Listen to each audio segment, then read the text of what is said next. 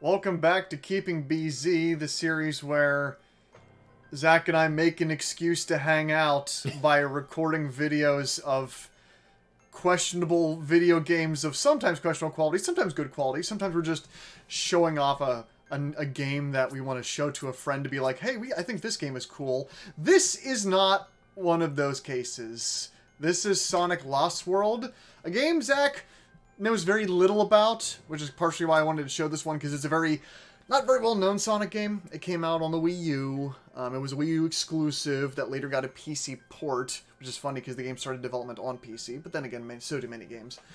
And it's, well, like Sonic Frontiers coming out later this year, it's definitely a Sonic game that Sega decided to go in a more experimental direction. They were like, okay, so people liked Sonic Colors and Sonic Generations, so let's throw those out and make something completely different. So Zach's about to see what they decided to make instead. Alrighty, are we gonna be lost in Sonic's world? Are we gonna be invested? Well, in fact, we're going to be lost in a whole new world. Like many Sonic games, it starts with a beautiful CGI cutscene that in no way matches up to the quality of the game. This game was, of course, written by Ken Pontac and I think Will Graff. I forget the names of both of them, but the writers of Happy Tree Friends that wrote Sonic Colors and Sonic Generations came back to write the script for this one. And so the interesting thing about Lost World is that they were actually given free reign to write the story for this one. In Generations and Colors, they were working off of just like the Japanese script and translating it. In Lost World, Sega just went, okay, you write the story. And what they came up with has a lot of ideas. Okay. But they're not executed very well. It has kind of the Sonic Forces problem, where at times it takes itself too seriously, yet has the depth of a Saturday morning cartoon. So none of it has any stakes or worth. And it's just not very funny. So yeah, the plot is Eggman shot the tornado again, and now they're landing on this new place called the Lost Hex. Home of the new villains are called the Deadly Six that we'll be seeing soon. So yeah, Sonic Lost World is strange. It has a weird, curvy level design. I think in one of the interviews, the developers described it as kind of like Alice in Wonderland was what they were going for, Sonic on a whole new world. And in some respects, I kind of like the design of that. You know, it gives you something to, you know, in that Mario Galaxy type feel. That gives Sonic something a little more to, you know, jump between platforms and not have constant falling into dead ends and dropping off cliffs like you would in a lot of Sonic games. And it's just, you know, visually, it's just a nice looking game. Even if everything is a bunch of goddamn squares. Which leads to one of my other problems with it, is that it just kind of feels like a Nintendo game. It just kind of feels like they were trying to go even harder into, hey, this game is exclusive to the Wii U, we're hitting Nintendo's audience, so let's make a Nintendo Sonic game. Where he's running along squarey platforms and the levels, even like the music in Lost World. I mean, it has some of the jazzy feel of Sonic, but something about it has much more of a Mario, especially New Super Mario World flavor to it. It's live instruments. I mean, it's once again composed by, oh gosh, Tomio Otani. Oh gosh, oh no, we're having some... we just had some bumping around there. So yeah, Zach, what are your impressions of this game so far in terms of the weird, corkscrewy level design? I mean, it's interesting looking. I can't really think of another game that did something like this. I mean, like, some people will immediately bring up Mario Galaxy, but Mario Galaxy wasn't very corkscrewy. It was more... Like, I felt like the corkscrew was supposed to lean into Sonic's more explorative nature, where it's like, you could go down this path of the corkscrew, or... I feel weird saying corkscrew constantly. Yeah. Like, tube? I don't know what other word to use. So yes, Amy and Knuckles are in this game. They do nothing. So the Amy's and Knuckles cutscenes are set on Sonic's world, quotation marks, while the Sonic cutscenes are in the Lost Hex, and I guess all they could come up with for Sonic's world is that it's basically just, you know, the end of Generations. It's just Green Hill Zone, except for some reason now the trees look like cubes, and I don't know why. It's just, there's a weird laziness to some of the visual design of this one, but so yeah, Zach, that is a Nights into Dreams level that was added as DLC to the Wii U version, but on PC you get it for free. Okay. And it's just like bosses from Sonic Lost World given a Nights aesthetic. That's it. Okay.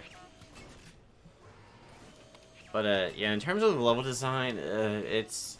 I mean, I know this game gets weirder and more experimental later, but that first level doesn't look too bad. Although I do have a complaint with Amy's voice. It sounds like someone just going like this. Yeah, I mean, that's always been a complaint with that character, and I feel like she has improved over time, and I think a large portion of that was because of Sonic Boom, where they gave Amy a much more diverse personality and didn't just make her whole personality debated around, you know, being in love with Sonic. But that's kind of Boom in general to me, is that I know Sonic fans have a very mixed reception of Boom's writing, but I feel like it at least on some level gave the characters a little more to chew on while everyone is so one-note in the video games. Yeah, I quite like the writing of Sonic Boom. Some people might be turned off by its constant self-awareness, but I appreciated it, and I think it worked out better considering what really happens with Sonic Boom and that it just sort of drops off. Yeah, I mean, if I'm going to be perfectly honest, and believe me, guys, a couple years ago, I didn't think I'd ever be saying this, but some of my favorite Sonic the Hedgehog characterization and writing does come from the movies by Paramount Pictures. They're very good with their characterization. Sonic is just has a lot more going on. He has actual arcs, and he's much more likable. Outside of that, it would be the IDW comics written by Ian Flynn are fantastic at times, with just playing off of the game's continuity, but just giving the Sonic characters more to chew on.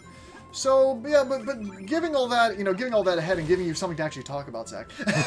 What is your experience with the Sonic franchise? Like, where did you start with Sonic? I feel like it is no surprise that I started with Sonic 2, because there's a joke. There used to be an old joke going around way back when every commentary channel was just doing a bunch of Sonic games like Adventure and all that. Yes. There was always a joke where it was you started with Sonic 2 or Sonic Adventure 2. I started with Sonic 2, but barely. I played a little bit of it. I guess technically I started more with Sonic Adventure 2, and I love City Escape, and I don't like the rest of that game. I don't try to have hot takes, I swear. It just I'm not a purposeful contrarian. I just don't find Sonic Adventure 2 all that impressive. I honestly spent way more time on the Chow stuff than I did Sonic Adventure 2, and I only tolerated the levels because they got me more stuff for the Chow. That's understandable. But yeah, when it comes to like classic Sonic games, I'm terrible. Brandon will know why. He's seen me try to play Sonic 2, and it hurts him every time. He had to be hospitalized over it once. It was bad. It's true.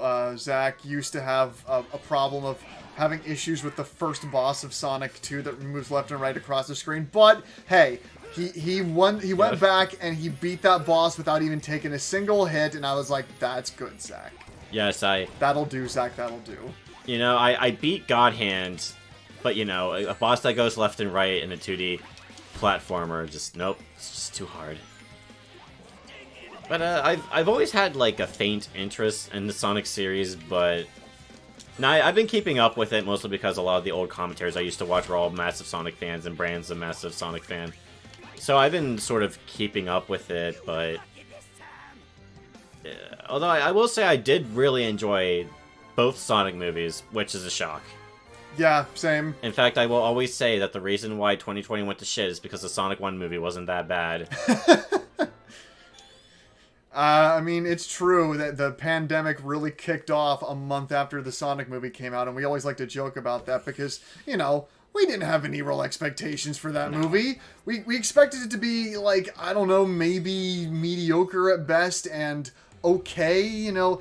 And then we won free tickets to it because we entered a contest for it, so we were like, hey, you know what, why not? Let's just go check it out. We got free tickets. And holy shit, us in that audience in that theater had a blast with that damn movie. And So yeah, 2 years passed, and Zach and his brother and I were like, okay, but that had to be a fluke, right? We just were like so impressed by the movie not being shit that we, internalized it as good. So we rewatched the first Sonic movie and realized, oh shit, no, it's just like a good movie, and we just like it. It was actually better the second viewing, which shocked the hell out of me. Yeah, to the point where I'm not sure if Sonic 2 is going to hold up as well when we rewatch it when it comes on DVD in early August. But I'm still excited to see it because once again, Sonic 2, really good comedy, fun characters, some bad cliche story trite crap, but it's not the majority of the film. The majority of the film is very enjoyable. That's what you want. You just, it's like Zach always says, a lot of times with video game movies, his expectations is that he just wants a fun movie. Yeah, I think that's all anyone wants. Like, it doesn't have to be, not every movie has to be like Everything Everywhere All at Once. I never remember the full title of that. That's the title. You got it right okay, the first time. Alrighty. Everything Everywhere All at Once is just such a good movie, but like, I've always stated that not every movie needs to be of the highest caliber that can win an Oscar and can compete with Citizen Kane and Godfather and all that. Just sometimes you just want to go see a movie and you don't want it to be shit. And you know what? Sonic 1 is that movie. Actually, both Sonic movies are that movie. It's just they have likable characters. They do a good job adapting the game's lore into a movie where it's just enough of the lore for fans, but it's not forced in, I don't feel. It's adapted well enough that it's different, but not too different, which is something a lot of video game movies like to do for some reason. Yes. This is starting to get into hot takes here, Zach, and, but I would say that's part of our problem with the Mortal Kombat film. Go into that a little bit. Yeah, that one was... I was a lot nicer to that movie when I first saw it. I don't know what I think of it now, but I mean... And I should say we're talking about Mortal Kombat 2021, not the 90s film, which you actually like quite a bit. Yeah, Mortal Kombat, what was it, 1990 something? 1995 was when the original movie came out, which is a lot of fun. It's cheesy, but it's all it needed to be. Yeah, Mortal Kombat 95 is another one I would say like Sonic 1, because, when I think of Mortal Kombat, I think of Sonic the Hedgehog. Yeah, exactly. But they're both just movies that do a good job of adapting the game enough, and you can recognize it, but it's just enough of its own thing to be an enjoyable as long as you're in the right mindset for it. Right, exactly. Mortal Kombat 2021 film, like I said, I enjoyed it more when I first saw it, but even back then, I still thought the 95 film was better. Yeah, it was very faithful in a lot of ways, but as I kind of said in the podcast where we talked about it, it feels a lot more like, I don't know, just like a standard movie plot with Mortal Kombat skin wrapped around it. Yeah. While Mortal Kombat 1995 felt like a goddamn video game movie. It is an adaptation of a video game, especially a 90s video game. It's cheesy, it's over the top, it's energetic as hell, it is pumping music, and it's so much fun. Sonic the Hedgehog, though, the Sonic movie was something very different. It's using a very tired Hollywood structure, but it just tells it well. It just has a good script. That's all you really need. Yeah, really. I mean, sure, some of the cliche stuff is, well, cliched, but, like, the fact that the characters are so likable makes me just ignore the clichéness of it all. Yeah, because it's not just... Because everybody's expectations going into that film was that, it's going to be Jim Carrey, and he's going to do Jim Carrey 90s stuff, and that's going to be the only reason to watch the movie. But what we actually got, though, was actual characters that have, like, personalities that develop and actually have some sort of backstory or depth to them. Sonic has lore behind him. Robotnik has a reason why he's crazy and angry, and why that grows over time. Like, there's a context to the relationships between everybody, and that creates interesting dynamics. That's why it's a solid film. And that's why Sonic the Hedgehog 2, I think when I rewatch it, won't hold up as well, because it's a little messier and doesn't spend as much time on some of the character stuff. Sonic and Knuckles are given, like, just enough to form a believable dynamic together, and that stuff still works, but I feel like it's a little more overpacked with stuff and it's a little messier, but it's still a solid movie. And I'm looking forward to Sonic 3 for spoiler reasons. Another thing I'll say about Sonic is that not only is it a good video game adaptation, it's a good live action plus CGI character. Yes. And that's usually a very bad sign. Yeah, because you wouldn't normally that stuff never really works very well. Because everybody thinks about Roger Rabbit and more recently Looney Tunes Back in Action, where that stuff can work or not work depending on just the script and who's working on it. But Sonic was directed by Jeff Fowler, an animator, and who actually formerly worked at Blur Studio, the company that did the animation for many of the Sonic games, including Shadow the Hedgehog. So he already had experience with the series, which led to the fact that he was a good choice for animating and working on that film. And obviously a lot of the credit goes to the writers of the movies, not just him. But yeah, it just was a weird situation of either it's made by people that just, gave a shit, or it was just because they tried and they actually looked up the lore of the series and understood why people liked it. Not just fans, but just the general appeal of Sonic to a general audience. They put in the minimal amount of effort and we're applauding them for it. Yep. That is the state of Hollywood right now. Yeah, it really is. Because a lot of movies, I unfortunately just don't get as much entertainment value of, because a lot of them just feel a lot lazier in execution. But to talk about Sonic Lost World itself, Sonic Lost World is a strange game because, yeah, like I said, it has a weird Mario-like structure to it. A lot of the game is 2D, but that can be said of a lot of these Sonic games around this era, like Unleashed and Generations, where they'll just suddenly cut into 2D sections, and of course a lot of Kellers does that too.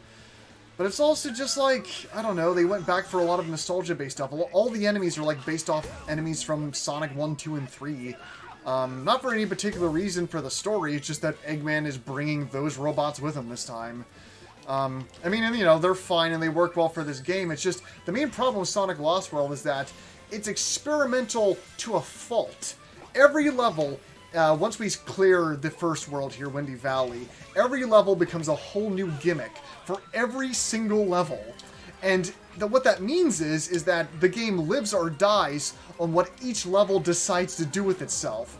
And so, unfortunately, most of the levels and the gimmicks they apply are not very good or fun, and many of them just end up being very frustrating. Now, I should say that, in many ways, I wouldn't say I'm in the majority or in the minority, because Sonic Lost World's a very polarizing game, but I know a lot of game critics that actually this is one of the Sonic games they like. So, I don't know. But for me, I just found it overall more frustrating than fun, and kind of just mixed overall, that by the end of it, I just felt kind of gross. Just like, that was a mess. Could have been something, but, and Sega's like, well, we're experimenting with new ideas. And I'm like, Sega, that's what you do in every game. So It's like, yeah.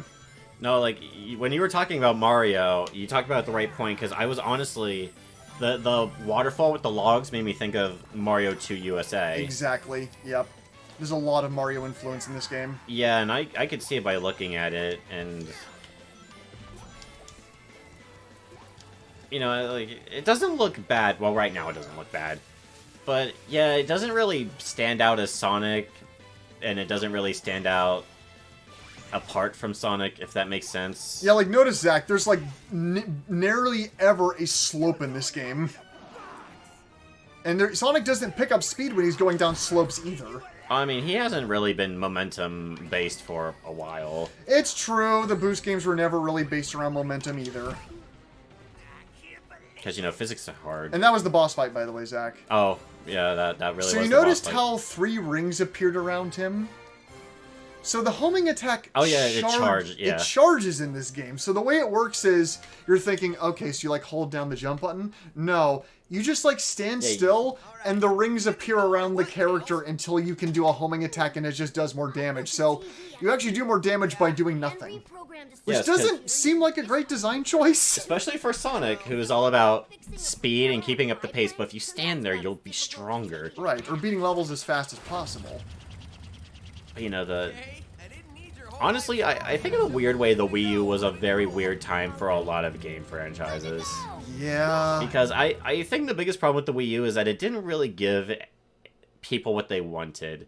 Like, some of the stuff they had was fine, but when people wanted a new Sonic game, they didn't want Lost World. Exactly. To be fair, Super Mario 3D World, I think, is a weird one, because I think people were unimpressed at first, but then there is something odd about 3D World, where I normally don't care about your basic Mario game. Hell, I didn't care about Mario until Odyssey. But 3D World I honestly enjoyed, despite how it's simultaneously very meh, but very good at the same time. I think I see what you mean, because in terms of aesthetics and tropes, so much of 3D World falls into every single, all right, now here's the ice world, now here's this world. I mean, now, the carnival stuff and the casino Oh, yeah, I worlds, love that. those are really fun and very Sonic-y. But, Yeah.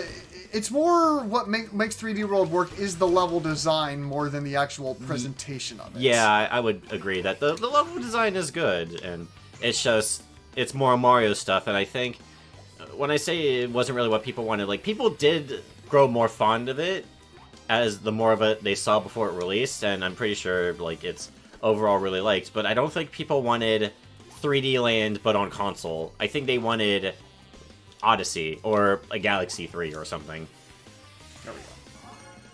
But yeah, like, you know, there was also a new Star Fox game, and Yeah, where they tried to force the Wii U's gimmicks into a game that just ended up making it feel just a lot more confusing and tedious to play, when all people really wanted was just another Star Fox game. And instead what they got was, well, it's just Star Fox 64 remake, but now with annoying Wii U controls.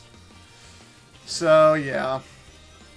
Yeah, I don't think the Wii U was a bad console that had bad games. I think it just didn't really have anything to inspire anyone to get a Wii U. I mean, I don't think the Wii U sales even really went up all that much until Smash 4 came out, but Yeah. even now when you hear people talk about Smash 4, like, you know, it used to be different games were the black sheep of Smash, but I think Melee fans, Brawl fans, and Ultimate fans can all agree Smash 4 is now kind of officially the weakest. Yeah, I can see where you're coming from there, because Ultimate does such a good job of improving everything from Smash 4 well, that there's yeah. no real reason to play it anymore. Because that's the thing, right? The Wii U really didn't have a killer app of its own. It was Yeah. always just like passing off of another third-party Nintendo game that doesn't really stand out as much. Like, Super Mario 3D World is fun, but it's essentially just a console version of Super Mario 3D Land on the 3DS.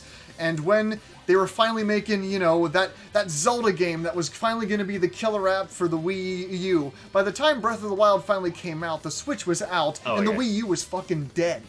So, you know.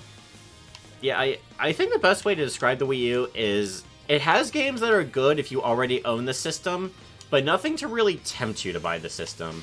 Like, I owned a Wii U, so I was like, you know what, screw it, I'll get 3D World, and I'm glad I did, but I wouldn't have bought a Wii U exclusively for 3D World. I wouldn't have bought a Wii U exclusively for the Wonderful 101. I wouldn't have bought a Wii U exclusively for Xenoblade Chronicles X, although I had a weird relationship with that, because I didn't really appreciate it at first, and then I let Yeah. Brandon borrow my Wii U, and he brought it back one day, and I was like, you know what, I'll give this another shot. When I gave it a second shot, I loved it so much more, because I think that, at that point, I understood the mechanics of it more. But again, Right. I wouldn't have bought I wouldn't have bought the Wii U for Xenoblade Chronicles X. And I'm not sure how Xenoblade fans feel about that one. I'm not even sure how people feel about 2. I mean, like, I know there's a running joke with Donkey that it's weird and overly anime, but I think the Xenoblade fan base still enjoys Xenoblade Chronicles 2, although I think even fans of it will admit that it goes way more anime than the first game did. Yeah, which is interesting, because then when they remastered Xenoblade Chronicles 1 on Switch, they gave it a much more anime style, while the art style of the original game is, I mean, I guess in some ways you could call it anime, but it's much less stylized. Yeah. I mean, I'm trying to think of, like, what other I mean, there was Zombie U, which you played that, right? Yeah, so, and and you know, this is the ultimate, you know, statement to sum up the Wii U, Zach. I played the PS4 port of Zombie U. Yeah, that's right. And frankly, yeah, that was a much better way to probably play that game. And also, just, yeah, Zombie U, It's such a shame about the Wii U, right? Because Zombie U is actually a really fun game. It had an awesome gimmick with, you know, it had that whole roguelike thing where you're trying to get through a level and then you play as a new survivor. It had kind of interesting story, and it also has like this cool alternate ending where if you only get one try to do this one last run to get the true ending of the game, and if you fail, it just goes to the credits. But I did it, and it was really satisfying, and I really like Zombie U, so... There were games here and there, but they were more like hidden gems that weren't going to catch a mainstream audience.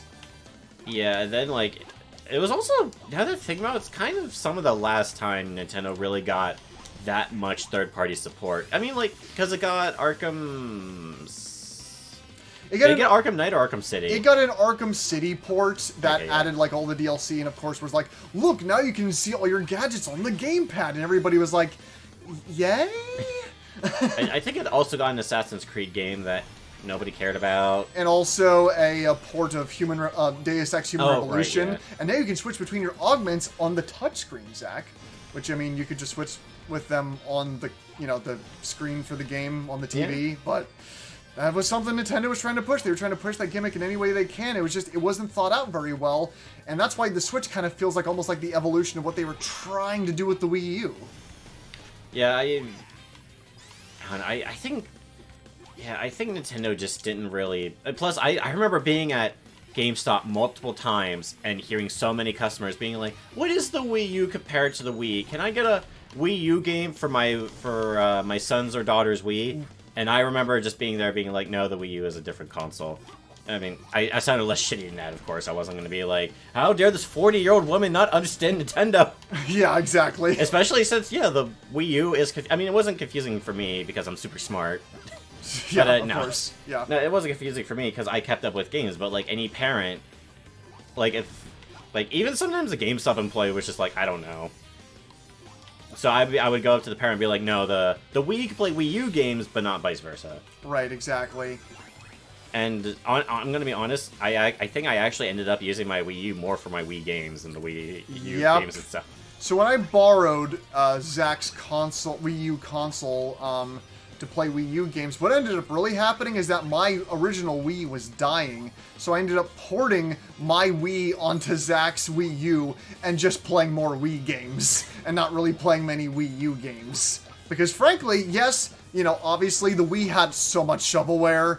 Because of being at this family console that was all just like touchscreen and waggle mini games. But when you boil it down, there's many, many more better options of games on the original Wii than there were in the Wii U. I remember actually playing a lot of Dokapon Kingdom on the Wii U because I mostly use my Wii U because I liked being able to just use the controller as a screen. And I know for a lot of people that's not optimal, but I'm lazy and I like to just sit in my bed. And so the tablet is just closer. Right. Like, that was the thing I liked about the Wii U, despite the fact that I live in my own room and nobody ever uses that TV for anything. So I clearly could have used the TV anytime I wanted. But just being able to have that tablet as a smaller, less optimal screen, but, you know, it was something. I liked it. I'm getting very defensive about liking the Wii U tablet. But hey, you just call on Scott the Woz, Zach. He'll back you up. He loves the Wii U. He just put out a video of his full Wii U collection. Madman. I wouldn't say I love the Wii U, because, in my opinion, there's not really much to love about the Wii U. But it did have a lot of potential that Nintendo, of course, could not capitalize on, because I don't think they're good at that stuff. I don't think they really understand what they're doing with anything. I mean, like, it's good to see the Switch is doing better. You know, especially, like, I love Odyssey, I love Breath of the Wild, and the time I had playing Splatoon 2 was great. But, yeah, I don't know what Nintendo's doing anymore nowadays. And Zach, saying the Switch is doing better is a motherfucking understatement. The Switch is outdoing every single console on the market right now. Nintendo finally took back that same place they were at back in the Wii era, where they were just on top of the world in their own, like, separate corner. But that's the other problem, right, is that people say that that's cool and all, but so much of the Switch's problems are a hardware issue now, because Nintendo was always behind the times, starting with the Wii. And so now that they're, you know, still kind of making lower-end hardware, what people want now is, hey, we want this, but, you know, with better hardware. So we'll see if we get that with the next Switch. But as it stands, you know, I'm very picky and choosy with what I get on my Switch. I want to pick games that would be good for a portable atmosphere that I, of course, look up reviews ahead of time that I know are actually going to run well in the system. But when they work, the Switch is a fantastic system. Like, man, the Dark Souls port on Switch is great. And that was the first way I was introduced to Dark Souls. And I had a great time because the Switch port allowed me to literally play that game anywhere, which is kind of crazy to think about. Yeah, like, I talked about, like, in the Wii U for its portability, but of course the Switch does an obviously better job. But, Yep. I think Nintendo has always been lower in power because it usually keeps costs down. And I'm the kind of person that thinks game graphics need to chill the fuck out. Yeah. And need to not... You know, like, I'm not saying they can't look really good. Like, I think this looks perfectly fine. Lost World looks good. But, like, I don't think we need to keep pushing millions and millions, maybe even, like, $1 billion in the graphics. You know, like, usually if I have a hardware problem with the Wii, with the Switch, it's less its graphical capabilities and more slowdown issues. Yep, yeah, performance. So when I said, Zach, that Sonic Lost World had a mixed bag of levels, this is one of the good levels. This is Honeycomb Hive, and as you saw, it's all about speed, going fast, and it feels really good, and then it all stops with the boss fight. I was about to say, Sonic being speedy is when this game is good, like... Yeah. Do you think Sega knows that? Do you think Sega... I mean... Because the weird thing is, I think Sega knows Sonic is known for speed, but I don't think they know what that actually means. Right. And I don't even know if I know what I meant by that statement either. But, like... Because it's more than just, like, what Forces did from what Brandon showed me, where you just move really fast down the corridor and nothing really stops you. Yeah, I mean, I think it's mainly in interviews to Takashi Iizuka, the kind of head of the Sonic franchise and the main producer. He always talks about how making speed games is hard. Yeah. Because you have to design so much land that gamers are going to run past in, like, I don't know, like a few seconds at a time. So they constantly have to think about how they're going to design a game. And that's why so many Sonic games, especially back in this era, had some sort of gimmick that made it so, you know, that it was really hard to find what they wanted, because every game had a gimmick that would slow you down so that you wouldn't go through the game too fast. But of course, Sonic fans hated that. Yeah. Because they were like, no, I just want to go fast. And that's why Sonic Colors worked for so many people, because the game was short. It was a few hours, it had solid levels, and that's what people wanted. Generations did the same, and people liked it. And this game makes Sonic have a run button now, like Mario. It's like, what were they thinking? I mean, maybe they just figured they would make Sonic more like Mario in the hopes that you wouldn't zoom past everything, but it's a Sonic game. That's what people want to do. Yeah. Oh no, Eggman is opening the Le Blob Okami machine. Suck. Yeah, literally. Sucking all the color out of the world. So all I could think of from that scene was the Spaceballs.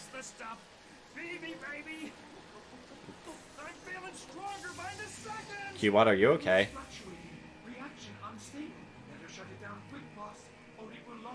Well, according to the cutscenes in Sonic Colors, he's never okay. Why just stop, boss? I felt great! The machine is unstable. We just want to borrow some of the planet's energy. We don't want to destroy it. Speak for yourself. Wow, Eggman has a maybe somewhat reasonable goal. He only wants to borrow some of the energy. I would think he would normally want to be the guy that just goes, yeah, I don't care, I'm going to take all of it. Well, that's the thing, right? Eggman is not a character that wants to destroy the world. He simply wants to rule it and conquer it. Hence Eggman Land. Well, in this game, of course, they're playing up that the Zeti are the real evil ones, Zach. They want to blow up the world and destroy everything. Which is kind of weird to think about, since the Lost Hex is now, like, kind of their home. Yeah. But a lot about the Zeti has never really made much sense. Not that that seems to matter to Sonic fans, since Zavok seems to be so popular that Sega has just shoved him into every other Sonic game. Zavok being the... Oh, what the... Okay. Zavok being the red guy we saw in the last cutscene, who is the leader of the Deadly Six. Wait, would you say he was brought back because of popularity, or because they just needed somebody to use? I think it's just because Sonic Lost World was a newer game, so they were just trying to put in a character from that newer game to fill out a Yeah. space. That's what I figured. When they could have put in, you know, so many other fan favorite characters that people would have probably appreciated a lot more. Like Scourge. We Yes. finally have Scourge in a Sonic game. Yes, Scourge. I don't know yes. anything about Scourge. I only know he exists. He was in the Sonic comics, and unfortunately, Zach, you've just opened a floodgate because, yes, I know who Scourge is. Scourge started out as Evil Sonic. In the early days of the Archie Sonic comics, Scourge was known as Evil Sonic, and he was literally Sonic from another world that wears a trench coat and sunglasses and is evil. That's literally who Scourge was. And then in one of the Sonic comics, he comes to Sonic's world, absorbs the power of the Master Emerald, and it turns him green, and he calls himself Scourge instead. And that's it. Oh, okay.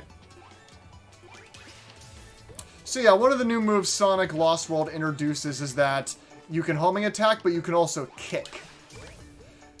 Which is just kind of a way of doing a quick homing attack chain, but then why don't you just do a homing attack chain? But I was gonna say, yeah, there's also homing attack. There's a kick for essentially a homing attack chain, and then there's also a homing attack chain. Which I mean, I do kind of like being able to lock onto multiple enemies instead of just mashing A to hit multiple enemies. Right.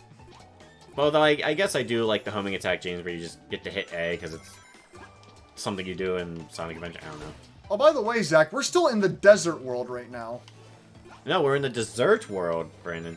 Yeah, I mean, yeah, they wanted to do a pun here so they could do a new type of level, but it's one of other Lost Worlds problems where the level, you know, aesthetic will be set up for that world, and then it'll just throw you into a level that has nothing to do with anything. Not that this level is bad or anything, it's just, it exists. I think Sonic Colors did the whole food world thing better, but if I constantly talk about what Sonic Colors did better, we'll be here all night, and we're trying not to be here all night. Yeah, for especially once. because Sega ruined it by making that remaster that was shoved out the damn door. Yeah, But, God yeah. damn it, Sega. Yeah, like, holy shit. Sega was like, okay, guys, look, we're gonna... God damn, I did it again. We're not gonna rush games anymore. We're gonna, you know, finally give the Sonic series what it deserves. And what did they do? They released a half-assed remaster of Sonic Colors. Then they released a rushed remaster of the original 2D Sonic games. What are they fucking thinking? And I will say at least that I've played a couple games into Origins, and it thankfully is not as glitchy as everybody on Twitter seems to be telling me it is. But it's still rushed, and it still has extra content that any Sonic fan could look up on any website. So, Get it? He's fat. yeah, this is such a weird, tired stereotype for a character. Yeah. That's honestly what I'm going to bring up Lost because hey, look, it's you know Sonic Lost World, Lost TV show. They actually have a bigger character in Lost, and this was like a show for 2003 or 4, and you know it's about people crash landing on an island and they're looking for food, and so of course one of the characters immediately goes up to the bigger character, goes, "Did you eat all of it?" And he's like, "No, leave me alone." It is important to note that despite him being the bigger character, he actually is not the one that constantly eats all the food. Right. You know, he's more of like the comic relief, but not because he's bigger, but just because he's a really chill dude, but he also has his own thing going on. Okay, so they do give him at least a decent personality that's outside of the stereotypes of his type of, you know, character in the show. Like, for a couple of times in the first couple of episodes, people push stereotypes onto him, but none of them ever turn out to be true, and people just eventually go like, oh, okay, he's not like that, then you just let it go, and they never bring it up again. I mean, okay, the asshole character keeps bringing it up, but he's the asshole character. That's kind of his point. Yeah. And plus, the asshole character also has depth and reasons why he is an asshole. Lost is very good. Well, for now. For now. Like, that's the thing. Zach started Lost recently, and I did warn him. He warned me. While I have not seen Lost besides the first couple of episodes, I have friends that have seen all of Lost that have... When I told them my friend was watching it, they were saying, why? Why would he do that? Like, yes, it starts good, but it gets real bad later. Why would you do that? Because I want to see the good parts. And also, I like being disappointed. It's fun. For some reason, this is the guy that also finished Game of Thrones, and then he was like, went back and watched it, and was like, wait, was Game of Thrones even good? No, I always thought Game of Thrones... Well, okay, Game of Thrones, like, Season 4... sorry, The first 4 seasons of Game of Thrones are really good, and I didn't actually go back and watch it. My mom's watched it like 3 times in a row by now, but Yeah. I've only watched Game of Thrones once, but I still hold that up to season 6 is pretty decent. Some people say only go to 4, and yeah, after 4 is where the quality starts to drop, but I think that 5 and 6 are reasonably fine. But yeah, like, I watched Game of Thrones after hearing how shitty the ending was, and I was like, oh, I've got to watch Game of Thrones now. Because that's the kind of person I am, and yeah, then I was getting mad at how bad Game of Thrones gets at the end, and Brandon's like, well, what did you expect? Yeah, you heard what happened, Zach. I did. Like, sometimes audience perception can be over-exaggerated. In fact, many times that's true, but not always. No, I wasn't surprised that I was getting bad. I just want to see... Because, like, here's the thing. You only get disappointed by a show's ending if you were ever invested in it. And I was invested in Game of Thrones, and why did you just stomp into the bottomless pit where you just... Because I hit a button thinking I was going to do an air boost and because this doesn't play like other Sonic games. In this game, you do a double jump instead of doing a forward dash like a homing attack. So I keep accidentally hitting the button wrong and throwing myself into pits. Yeah, okay, but...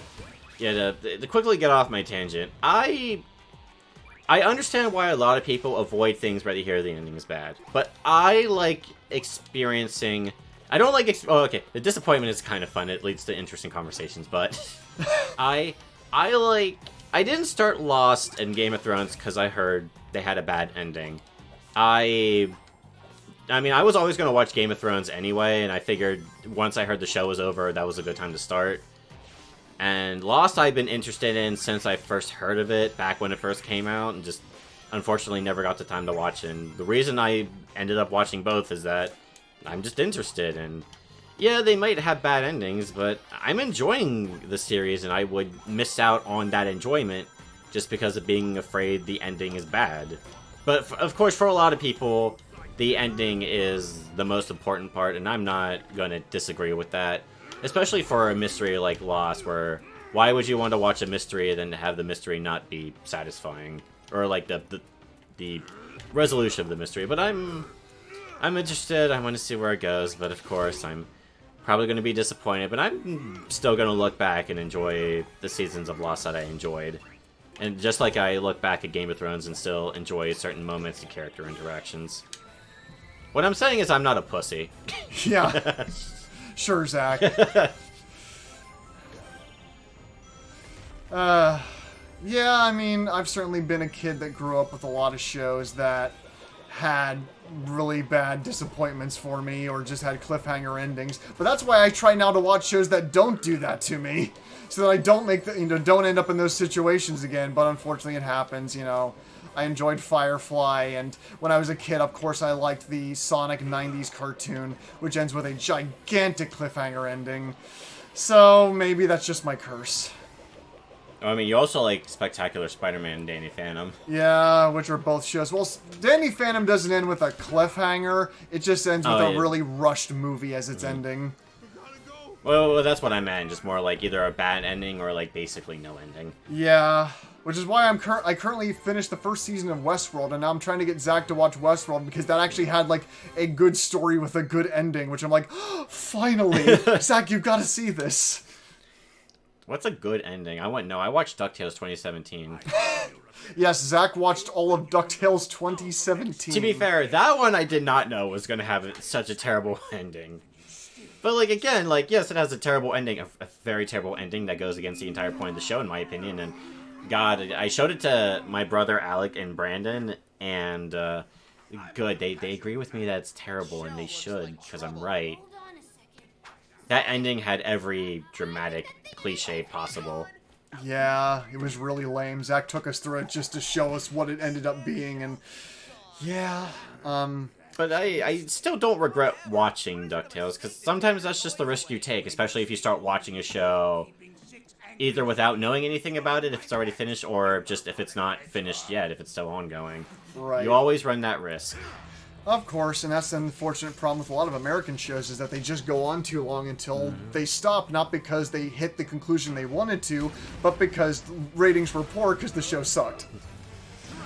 So yes, in this cutscene, as Zach has seen here, the Yeti have turned on Dr. Eggman because Dr. Eggman was controlling them with the magic conch. I saw that, and, you know, Sonic rushed into danger because Sonic speed and all that, but why is it that they can control his robots? So the Zeddy has the ability to control metal. Oh, okay. So the reason Eggman was putting them under his power and partially controlling them is that the Zeddy would be able to turn on him if they ever, you know... Which makes me wonder why you think Eggman would go after the Zeddy in the first place. I think Eggman just has an addiction to controlling things that will easily turn on him. Yeah. Either that, or Eggman has some sort of kink for loss of control, because every single goddamn Sonic game ends with him trying to control an ancient monster that then just, you know, defeats him and becomes the real villain. Alright, World 3, where we're headed to the beach. Because, it's fitting in terms of the current weather state of where Zach and I live, where it's constantly 93 degrees outside. So we're going to go somewhere at least a little cooler, at least. This is Tropical Coast, which, once again, just feels like a lot of Mario levels. I was going to say, this makes me think of Super Mario World with, like, some of those water levels. Or, like, this even makes me think of, like, Super Mario Kart. What the hell? Oh, okay, you dug to be underwater. Now we get to use Drill in 3D, and it doesn't feel very good. However, I will say, Zach, because of course I have, I've also beaten the 3DS version of Sonic Lost World, which is a completely different game, and while I think Sonic Lost World Wii U/PC is simply kind of mediocre, Sonic Lost World 3DS sucks. Okay. It is, once again, it's a completely different game. Yeah. With completely different level gimmicks, but those level gimmicks are really bad. And on top of that, it actually has special stages and Chaos Emeralds to get in that game, and the special stages entirely rely on gyroscope control. Ah, yes, the best thing about the 3DS that everyone loved about it. So in order to control the special stages in Sonic Lost World, you have to stand up and have full control of your environment to move the 3DS around to steer Sonic through them.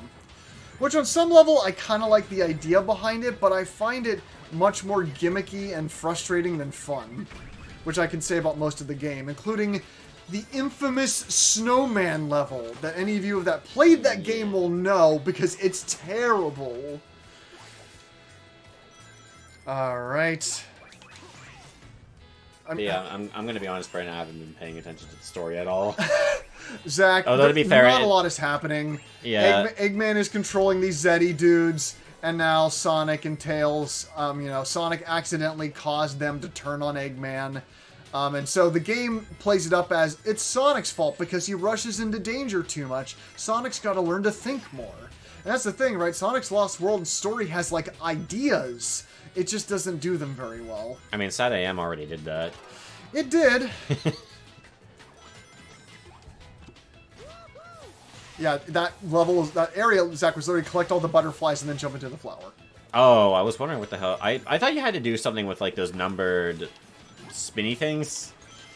No, those were just, like, an extra thing to get, I think, either a red ring or an extra life. Oh, okay. I think the red rings in this game just give you access to Super Sonic. I've never gotten all of them because I just don't care that much. In Sonic Colors, I did actually 100% that game and unlock Super Sonic because Colors is a good video game. Alright. So yeah, now Sonic has parkour, Zach. Yeah, that was the big thing about... Do you like hardcore parkour? Because yes, now Sonic can climb any surface. He can wall run like Prince of Persia, and he can also climb up walls. One thing I kind of like, though, about Sonic's parkour is that it actually incorporates the spin dash into the parkour. So, for example, if I'm running up a wall, but I don't quite have enough to get to the top of that wall, I can spin dash a bit and give me a little more speed to boost up, so, you know, I don't fall off. I mean, I would say parkour is a natural extension of some of Sonic's abilities and gives him something to do. This is the only game that does it. Yeah, I know, but... They just toss it out.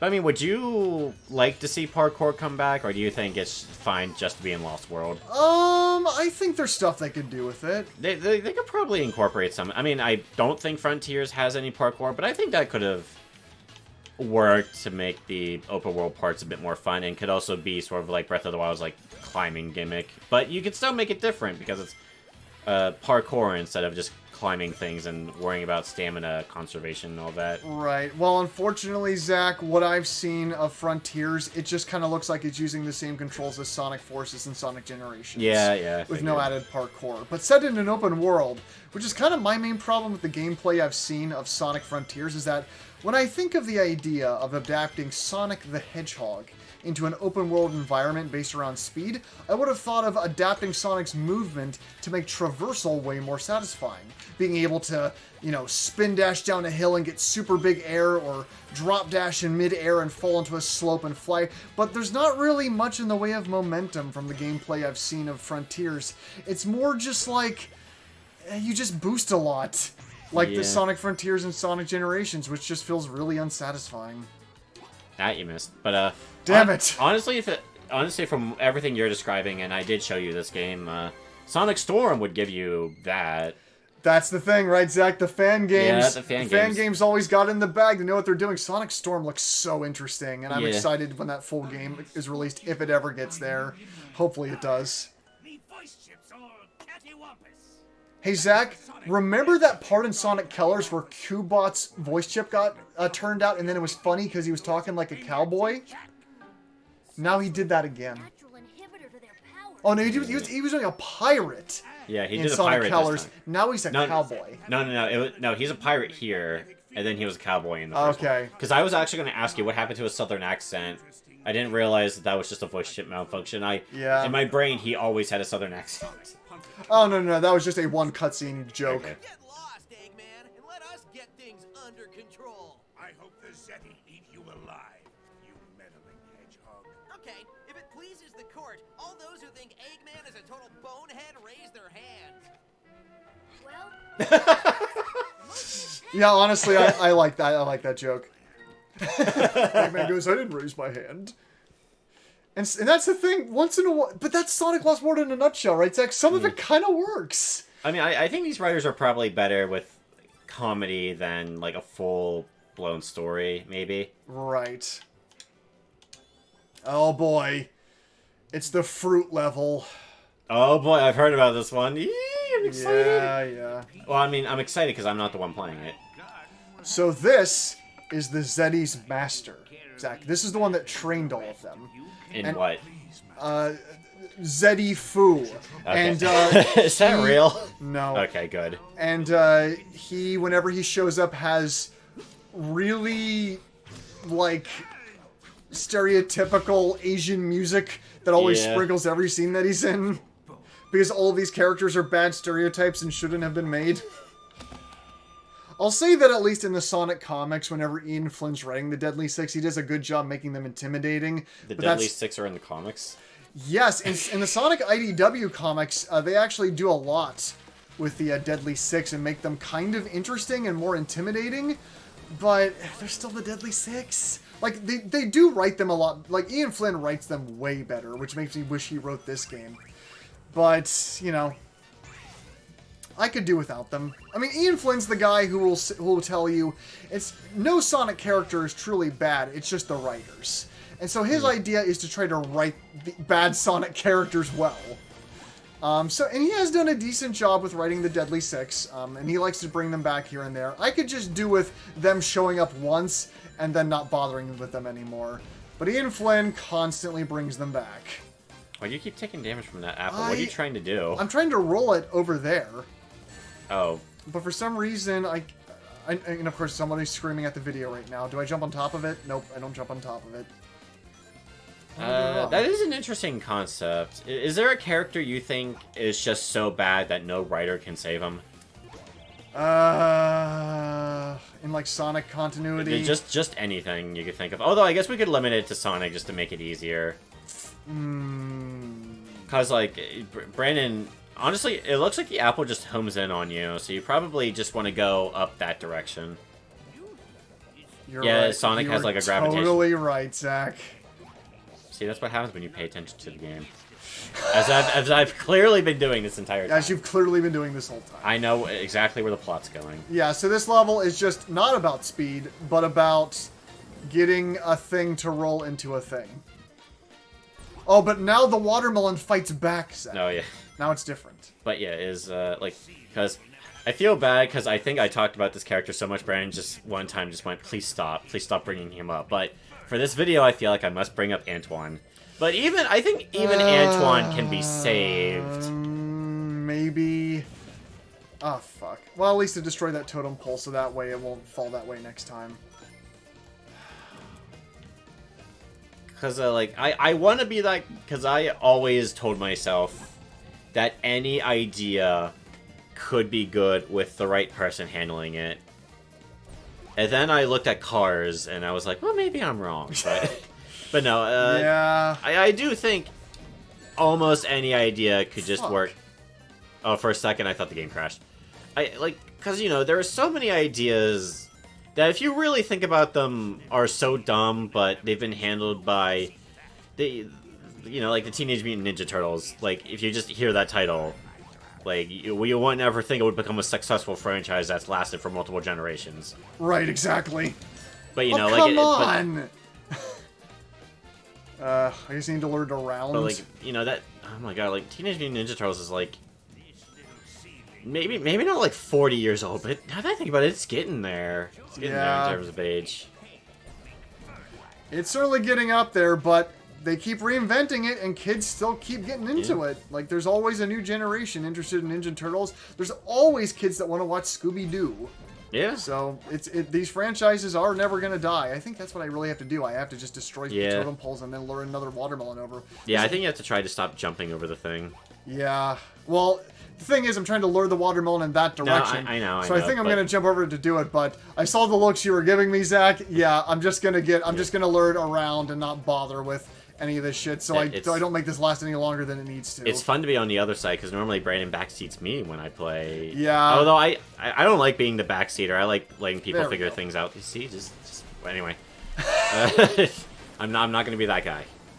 Because Brandon's beaten Dark Souls, and well, to be fair, I haven't even played Dark Souls yet. Yeah, like, you know, Watcher, anytime I'm playing this game bad, I mean, sometimes, yes, sometimes the gimmicks in Lost World do not work very well, but for those of you that are better at this game and put more time into it, obviously you have every right to be pissed. I'm not going to be one of these other Let's Play channels that are just like, oh, this game sucks because I'm bad at it. I'm obviously just playing this casually, and at times I'm doing a shitty job because I haven't played Sonic Lost World, well, since I first played it years ago. On the one hand, I do agree that, like, because it reminds me of when a certain gameplay channel was playing Sonic 06, and yeah, Sonic 06 is bad, but that doesn't excuse the fact that they were playing it terribly. Yeah. Oh, come on, come on, you can do it, buddy. But, like, you can do it. I'm also thinking of our Conquer playthrough, and maybe we weren't the best players at that. I mean, to be fair, it was Brandon's first time, so you can't expect anyone to be an expert playing a game for the first time, Brandon. Yeah, yeah. But, What was that supposed to mean, Zach? Nothing. But, you know, it has nothing to do with solving puzzles in Resident Evil. Anyway. I will let it go, fuck it. But, That's a fair judgment, Zach. Are you talking about Resident Evil 8 specifically? yeah. Yeah, I mean... As you probably have gathered over the years, Zach, a lot of things I say are in jest. No, I know, but like... But I understand when it gets irritating when I say it a lot. No, it's more like, I hate bringing this up during a video, I feel like it's awkward. Well, Zach, remember one of our favorite Let's Play series, Let's Drown Out? Yeah. Where Yahtzee and Gabe are just constantly shitting on each other yeah. all the time? Like, Yahtzee just, like, questioning Gabe's very, like, career and occupation and life choices the whole time, while Gabe's like, what the fuck is your problem, man?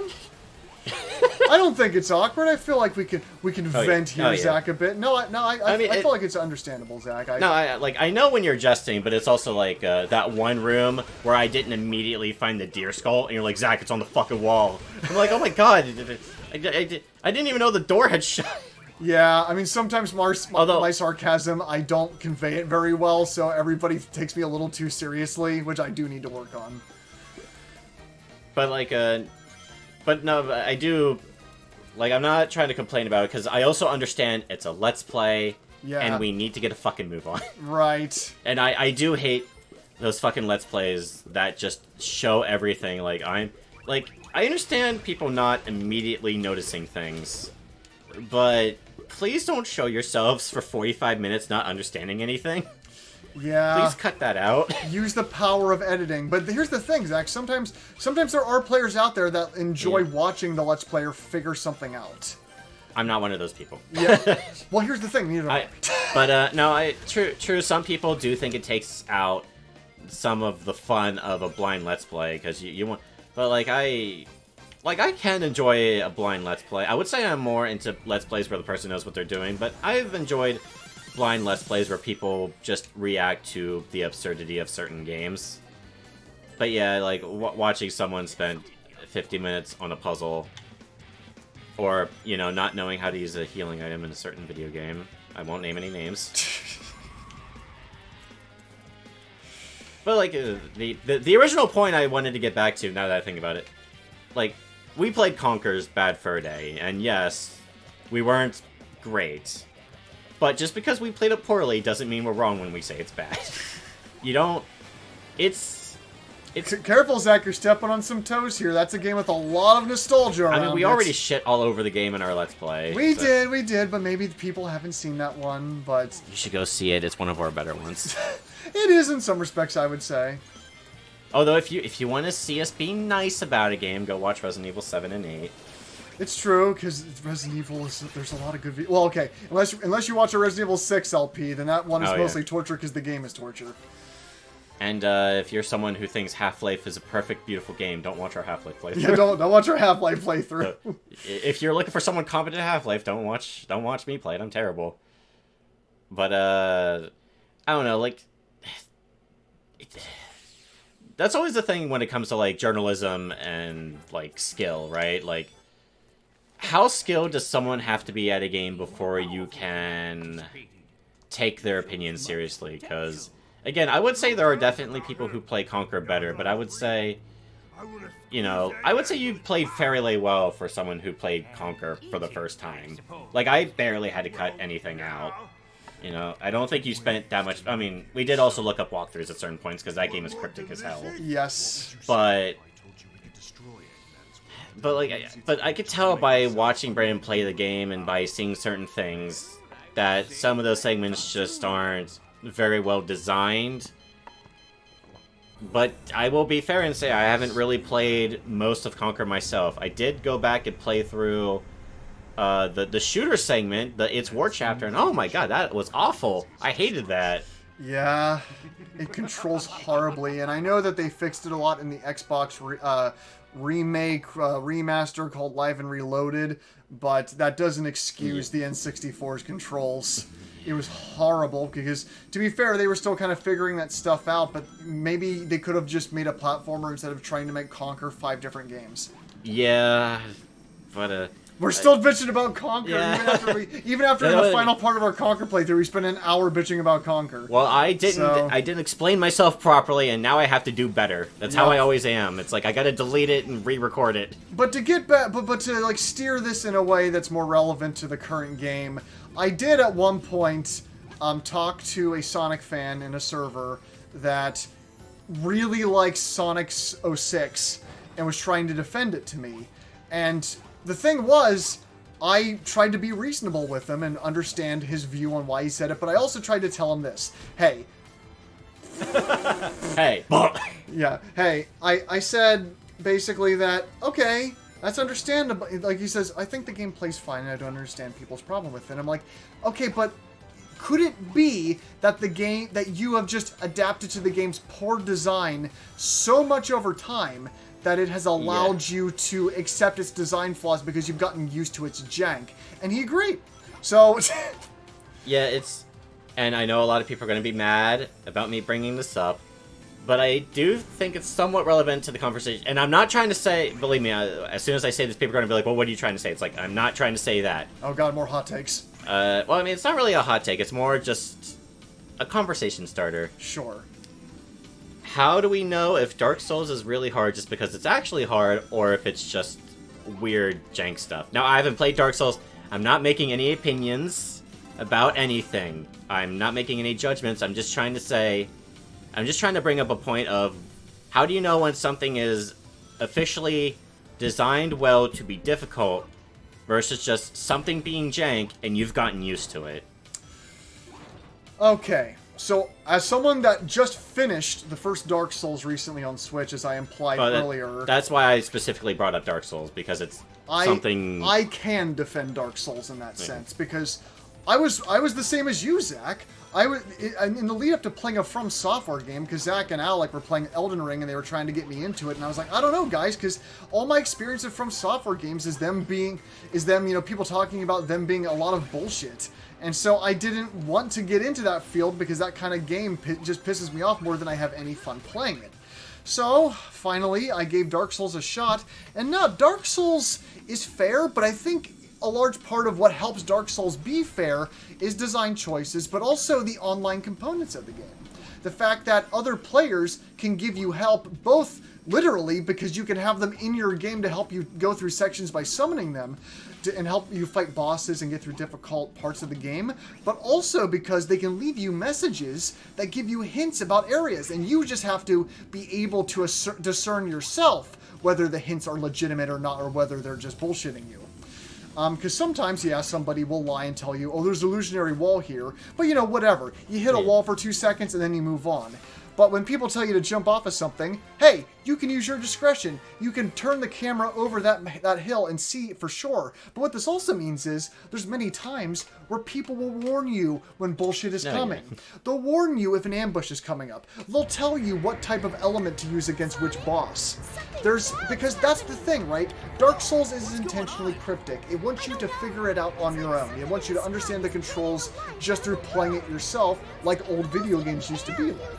Which, whether or not that is acceptable to you, I can understand if it isn't, because you want a game to tutorialize you more.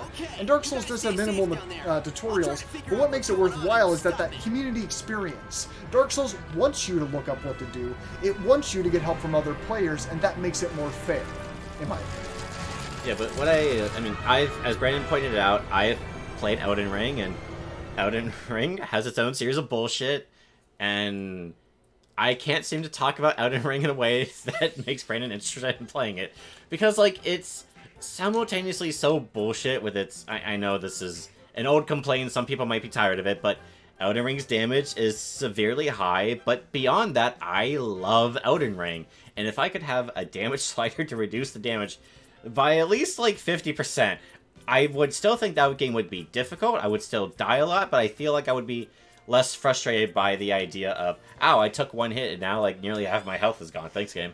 But no, I do love Elden Ring, and I wasn't trying to say anything about Dark Souls because I had not played the game, and originally I had no interest, not just because of the game itself, because honestly, medieval fantasy I know I just talked about enjoying Game of Thrones, but for the most part, medieval fantasy doesn't really interest me all that much, but after seeing Brandon play some of it, and after getting more into Elden Ring, I've become more interested in Dark Souls, and I will play it eventually. But I also really did enjoy Bloodborne, despite not finishing that game, mostly because I had to delete it to make room for other stuff. But I did enjoy Bloodborne, and I do want to go back to that.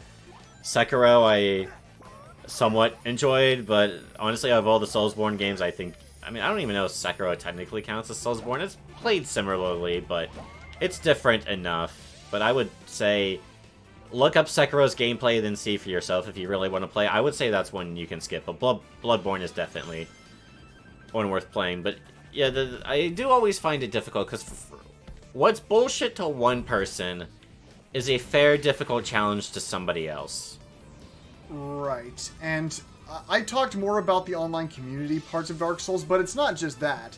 It is also the fact that Dark Souls has a lot of just fair design in the gameplay itself. You have health items that replenish each time you go back to a save point. Because there isn't really... Well, that's the thing, right? The bonfires are technically save points because they'll restart you there when you die, but really Dark Souls is always auto-saving. If you stop playing the game at any point, it'll load you back into that point, no matter where you were. And that's the awesome thing about Dark Souls, is that if you die, for example, if you die, you know, it restarts you back to where you were, and then you have to go back and get your souls. But for example, say that you're playing the game online using the component that allows you to get help from other players, and your internet just crashes. You might be thinking, oh fuck. But if you go in and just restart your game after your internet comes back, it just resets you to where you were. Like exactly where you were. Even re-kills all the enemies for you. So there's a lot of fairness to the design. There's a lot of just, sometimes a bonfire will always be placed next to a boss arena, so you can just run back in.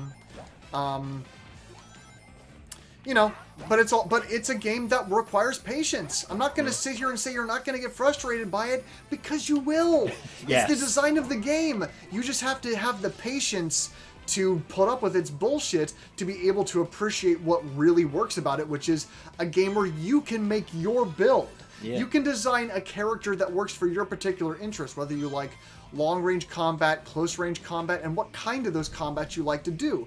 Do you want a bit of healing magic to balance things out? You can do that, and there's just so much variety to the design. It's a fun game.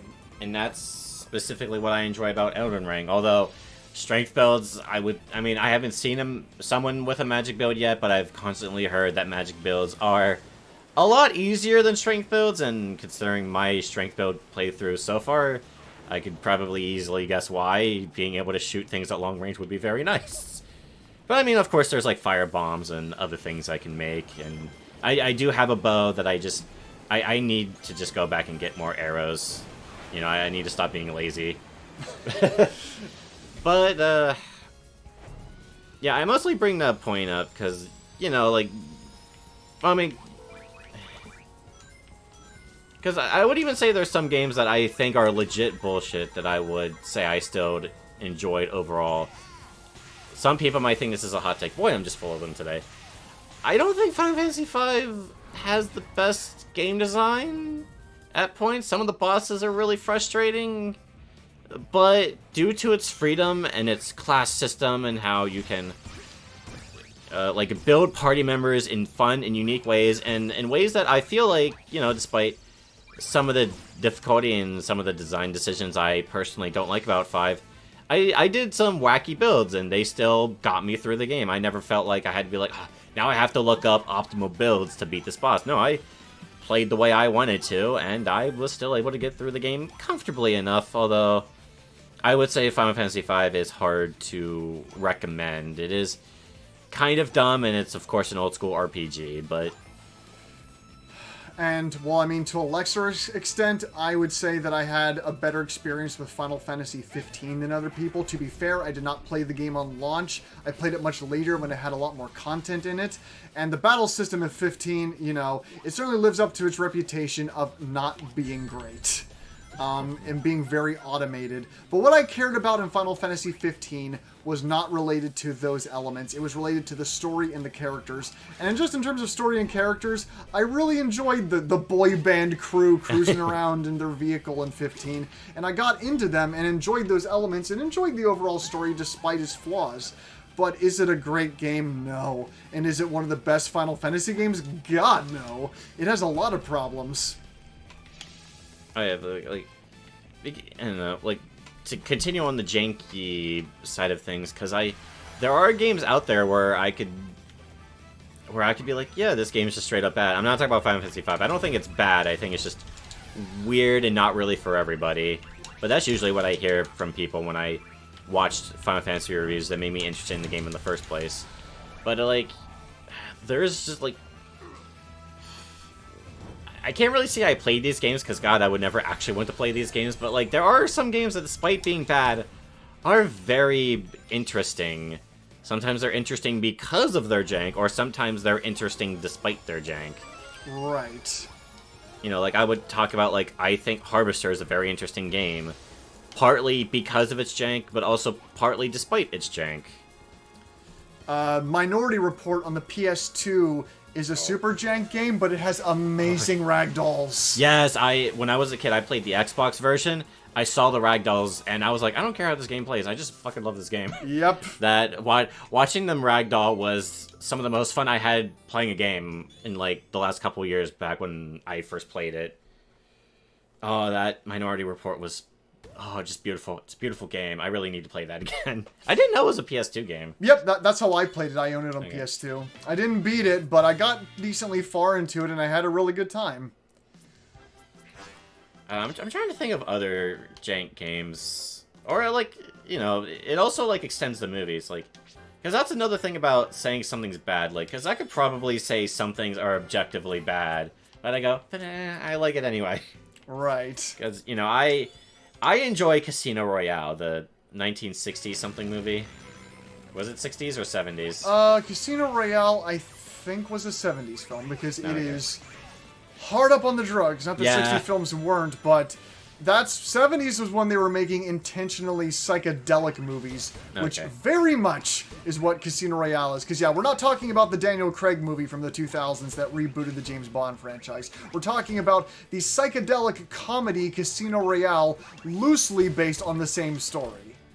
Very loosely. Yes, and it's an insane movie and highly entertaining. Oh, I can't recommend it easily, but if you're someone who enjoys psychedelicness and looking at movies and asking what the fuck is going on, Casino Royale will give you that experience. Yeah, 100%. It is nightmarish, but in a good way. Where it's just so crazy and goofy that... And it's a movie where individual parts of the movie were directed by different people. So the movie is constantly switching back and forth between different cinematography, different styles, so it never gets boring on top of just being ludicrous. Just like, there's parts in this movie where you see two seals slapping each other, you see a animatronic tiger sticking out its tongue for like 2 minutes. It is just insane, but beautiful in its own right. The fucking bagpipes with the help me. Yep. But no, if you... although, to be fair, as I'm sure a lot of people have already heard, it is much easier to enjoy a bad movie than it is a bad game. Because with a bad game, you're actually interacting with it, and it's hard to enjoy it when it's actively fighting against you. Right, exactly. You know, I can't really say The Room. I've never watched The Room myself, but I do really enjoy The Happening. It's not like The Happening stops because I can't beat this part with Mark Wahlberg, you know? Right, exactly. But, like, that, you know, that's why there are so many games I find interesting, despite the fact that I'll never play them myself. Like Tulip. I mean, okay, I do have to do a Let's Play of Tulip. I have to play that game so other people don't have to. But Zach, Yeah. that game is so cryptic and weirdly difficult and forces you to take damage at parts. Yes, it like, does. why would you want to put yourself through that? Because I don't want other people to put themselves through it. Oh, I but mean, okay, I watched a playthrough of Tulip, and you could probably say, well, can't you recommend that one? And I would highly recommend that playthrough. But I still feel like it's something that needs to be on my channel.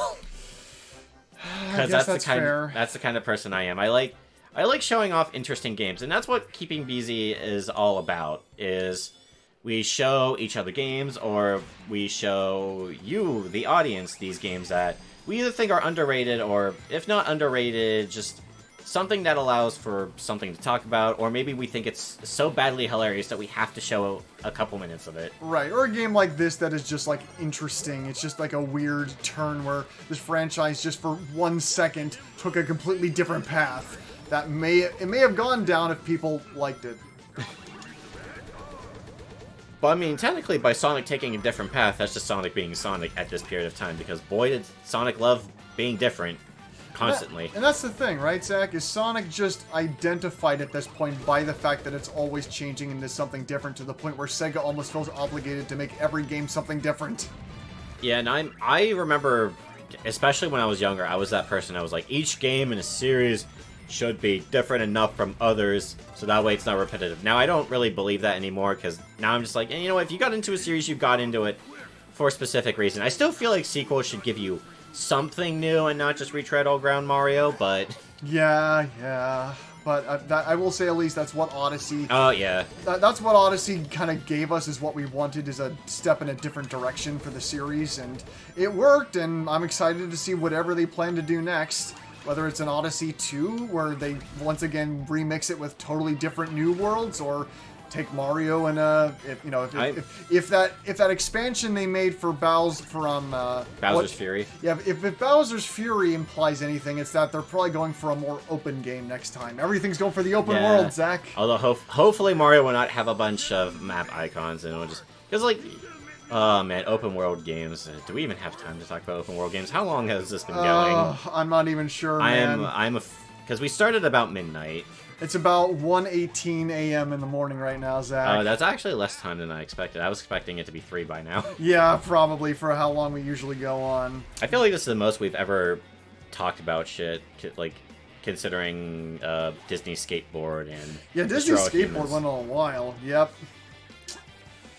But no, I think the open world design could be something very cool for Sonic, depending on how this goes. And I think what's funny is, if that's what Mario decides to do next, it would be kind of funny that Sonic beats Mario to the punch and as an open world game first, but the Mario one is probably going to be better. I mean, Bowser's Fury did come out first. But I guess that was not a fully realized one.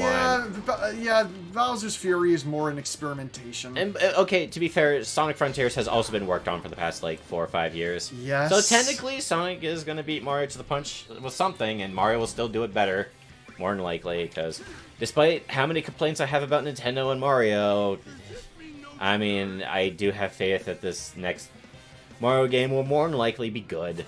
Yeah. You know, and Breath of the Wild 2, of course, I'm very excited for because I loved the first Breath of the Wild. Breath of the Wild was the only good Zelda game. Zach, no, don't do this here right now. All right, fine, I'll save it. Because he's wrong. There are other good games in that series.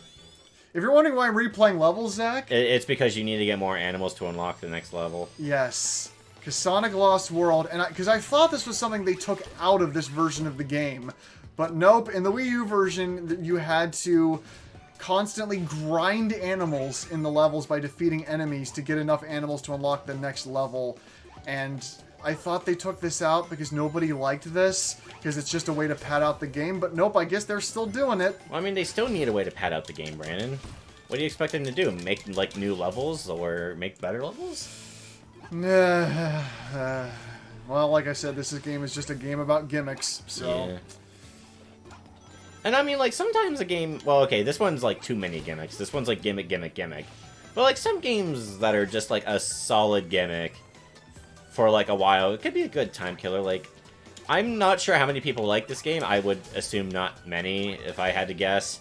But I like Spirit Camera, despite not really being the biggest fan of survival horror or really the Fatal Frame series. In fact, I don't really know anything about Fatal Frame, but Spirit Camera... Fuck. Is that you trying to air dash again? Yeah, it's me trying to air dash again. But, Zach, that's quite a deep cut pull. Spirit Camera was a 3DS game using the 3DS camera that was a spin-off of Fatal Frame.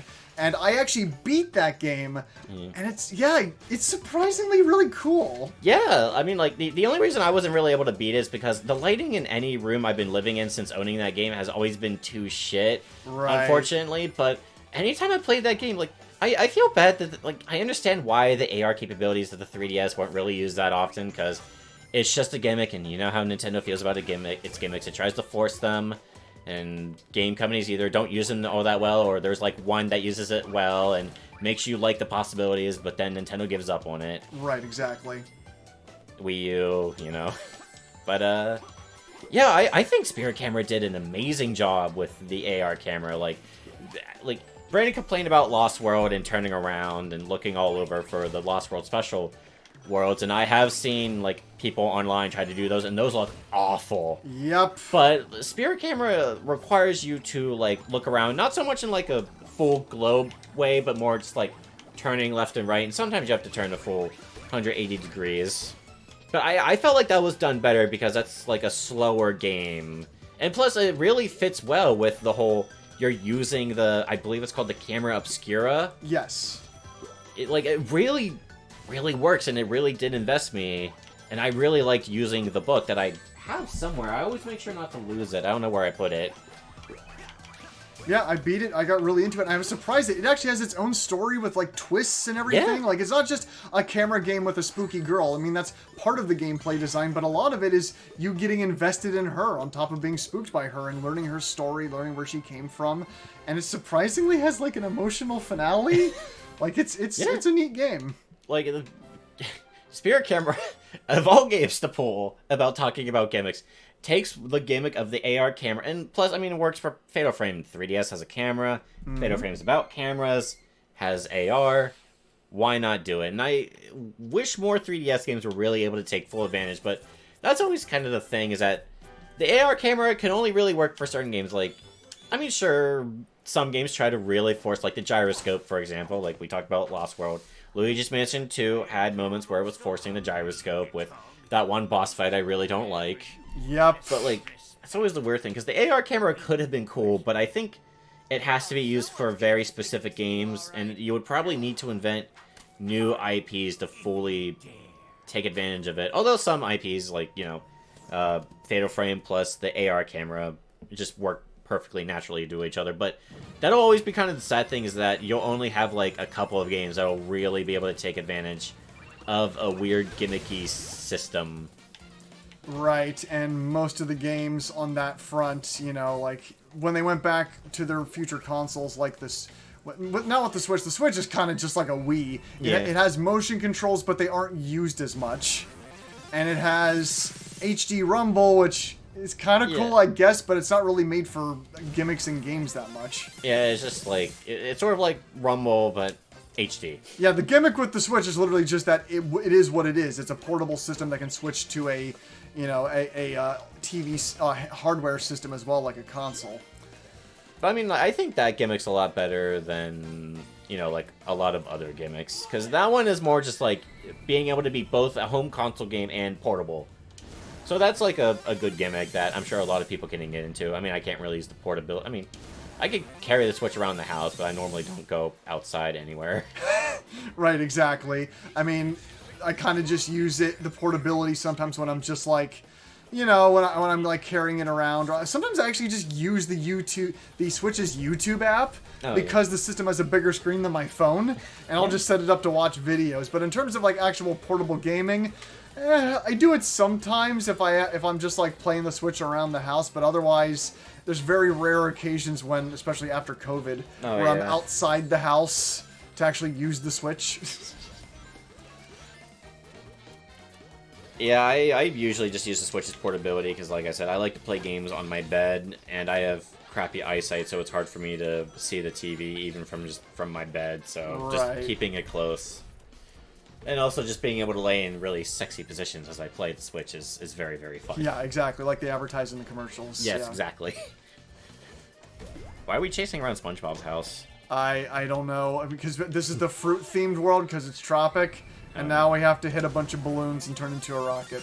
Because, yeah, as you've no doubt seen, Zach, which I don't know if you knew that or not about Lost World, but the Wisps from Sonic Killers are back. Yeah, I did know about the Wisps being back. They do not control as well as they did in Sonic Killers, but they're still occasionally fun to use. It's just that they introduce a lot of new Wisps in this game, and they don't control super well, and they mostly used touchscreen or gyro gimmicks using the gamepad that did not feel good to use. Yeah, I also am starting to hate this text box showing up that's like, color power is out, or something like that. Yeah, I constantly have to skip it, because that was a Wii U thing. Because you notice how that when that thing pops up, it's pointing down? Yeah. It was meant to point you at the okay. gamepad. Yeah. Which never feels very good. Do you have to destroy that pineapple? No. Oh. I honestly, Zach, I don't even know where the fuck I'm going. I know I'm trying to chase after stereotype Asian character Master Man, but otherwise I'm just kind of shooting rockets in random directions and hoping I'm getting to near the goal of this level. And now I have to know I need to destroy all these animals if I ever want to unlock more levels in Sonic Lost World, because it demands that I earn the right to play more of this. Yes, earn it. I guess it's more of that Mario style, just having to collect things in order to move on. Yeah. Because Just like the stars. 3D Land had something like that, where you had to get a certain amount of green stars to move on, but they were But they usually put enough obvious ones in a way that I don't think you ever had to actually go back to grind. Right. Okay. Get all the butterflies. I feel like I'm playing Spyro. Yeah, literally, that's all that had to do, Zach. The butterflies are right there. Oh, And then I just what? drop them off at the flower and move on. And now we're in a 2D section randomly. Like, that's the thing. There's not a lot of cohesion to the levels in Sonic Yeah. Lost World. There's a whole lot of, and now this. Yeah, that's kind of what I'm getting.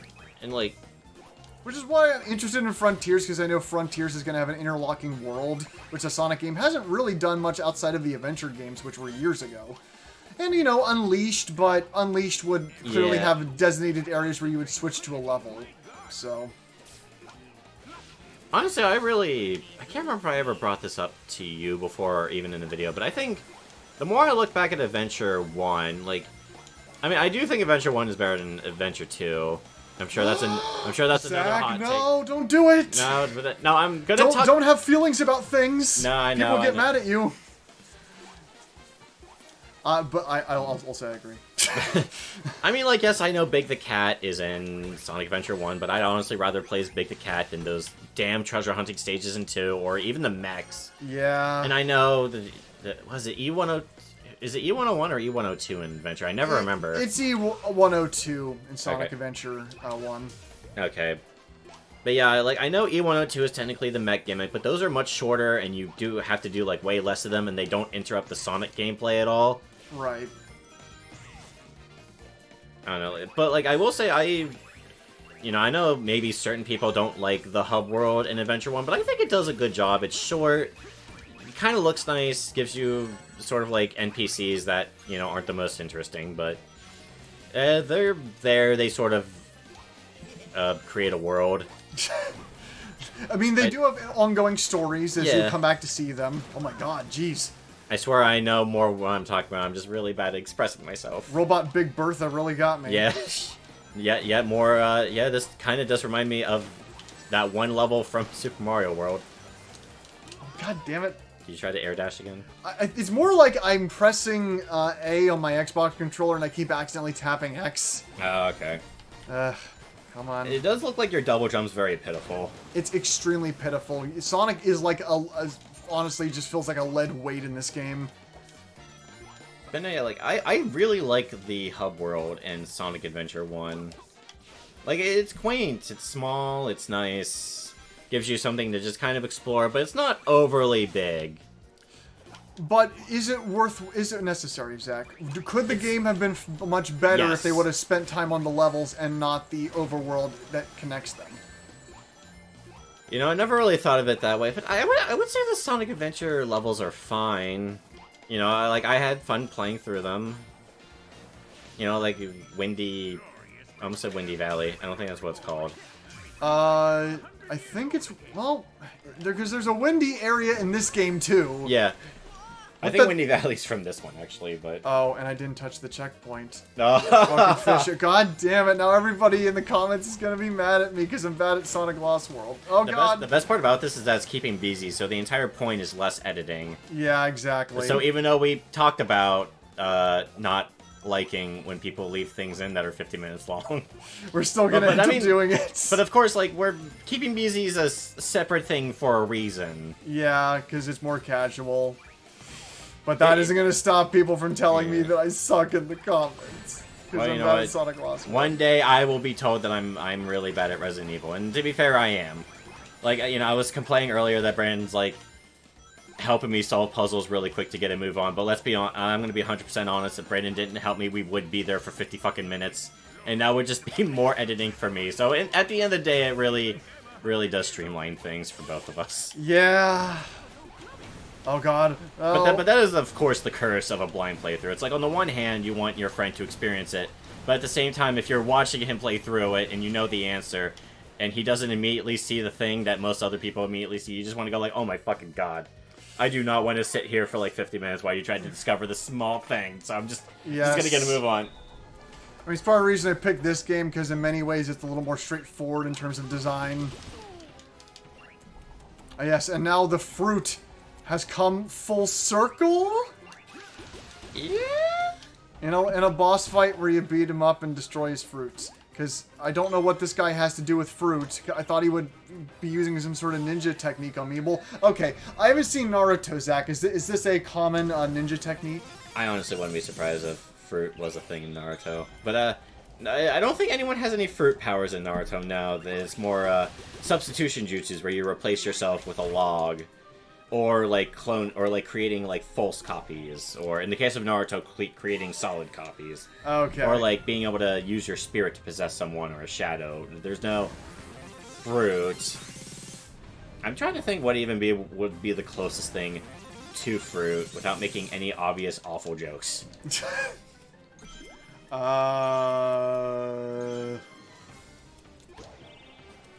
I don't know, because with him, he just... I guess he just uses some sort of fruit powers, but I don't know, like, I don't really even feel like the villains in Sonic Lost World were that far thought ahead in terms of just, like, here's the level we designed, because there's so much simplicity to a lot of these boss fights, because this just feels like the fucking Bowser fight in Galaxy, where you're just hopping between planets, knocking him over. Yeah, I honestly think the villains were created, and then they also thought of levels, but the villains don't really seem to fit in these levels. Like, you have a ninja, but this has fruit, so they're like, I mean, he's a ninja, just have fruit float around him. Okay, am I just, like, not looking in the right direction here? I guess maybe he's less ninja and more, like, Yoda-ish, where he's kind of, like, using the Force to make fruit. Possibly? Why is it so hard to say fruit float? Fruit float. Because I keep wanting to say flute throat. But that's even less of a word. Yeah. Why is that what you first think of? No, like, I'm trying to say fruit God, no. float. Wait, I didn't mean to go that way, no! Rocket! Sonic No, but finally I'm- goes to space. Sonic 10, Sonic meets Jason. Oh, really? We're starting me at the platforming and not the boss? Okay, Yes. thanks, game. Oh, well, I mean, I guess it was right over here. They had to show off that excellent set piece with the fish shooting water. So I guess we didn't really say this, Zach, and I'm kind of surprised we never touched the subject. What is your favorite Sonic the Hedgehog game? Sonic Generations. Although to be fair, I don't have the most experience. I have never played Mania. I'm really bad at Sonic 2, and even though I know it's kind of more my fault, at the same time, I'm terrible at Sonic 2. I'm just awful at it. I'm so bad. I did enjoy Sonic 3 and Knuckles a lot. Yeah. I did feel like I had a much better time playing that game. Oh, man. But I would say my favorite is Sonic Generations, although if I had to choose like my favorite Sonic thing, like game or any other media, I have a difficult time saying between the Sonic movie or Sonic Boom the TV series. I have a soft spot in my heart for Sad AM, the 90s Sonic the Hedgehog cartoon, but it has not held up incredibly well going back and watching it last year. So, yeah, Sonic Boom, I guess, in terms of TV, I guess.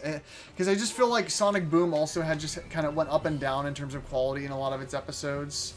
Yeah, that's true. Like, anything that really I mean, I also haven't seen all of Sonic Boom. I've only really seen most of the first season, but from the clips I've seen of season 2, there's a lot of good jokes and a lot of good characterization. Oh, no, I lost. Oh, there he is. Get him. Beat up the old man. Okay, there we go.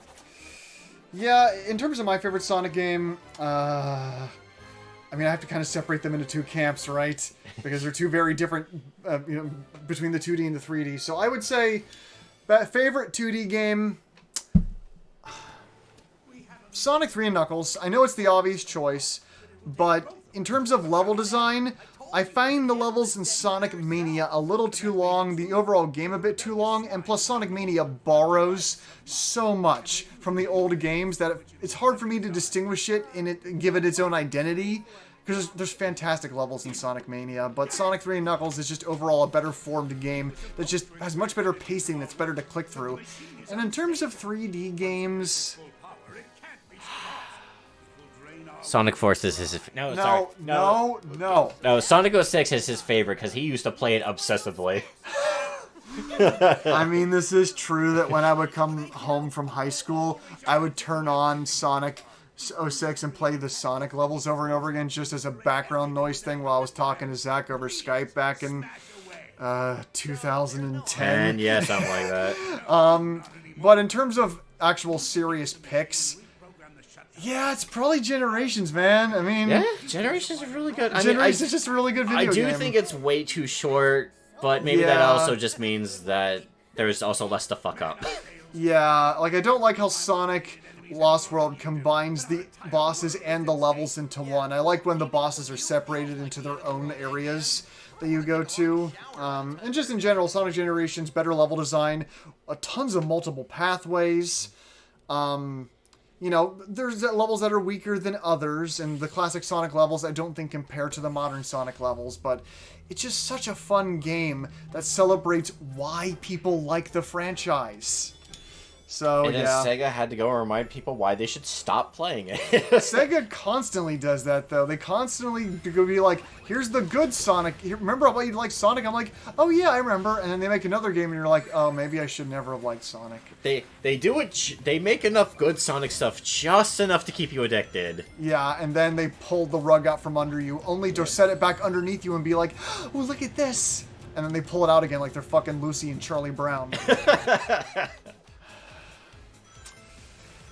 Yeah, I mean, that's the unfortunate thing, right, is that I think Paramount with the Sonic the Hedgehog films is understanding better the appeal of the lore side of the franchise better than the games have in years. Yeah.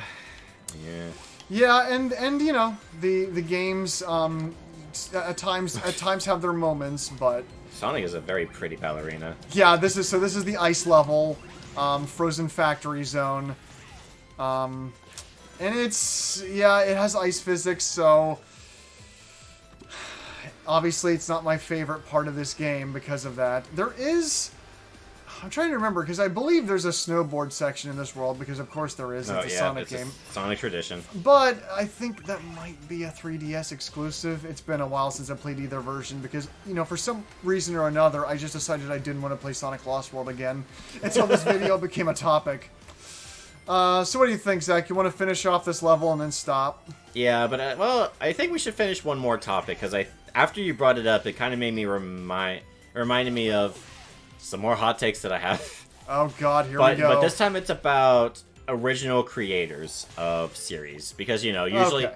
All right. usually when people hear that a series no longer has its original creator, they get scared, and it's not that I don't see it, and it's not even that I don't disagree, but I think sometimes you can also tell when that original creator just has nothing more to offer to a series, and maybe there's always somebody that does.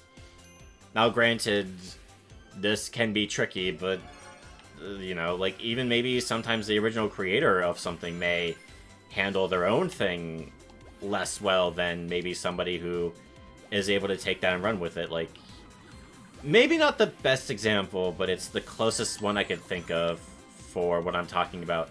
Sam & Max, I believe, was not originally created by, who owns it now? I forget his name.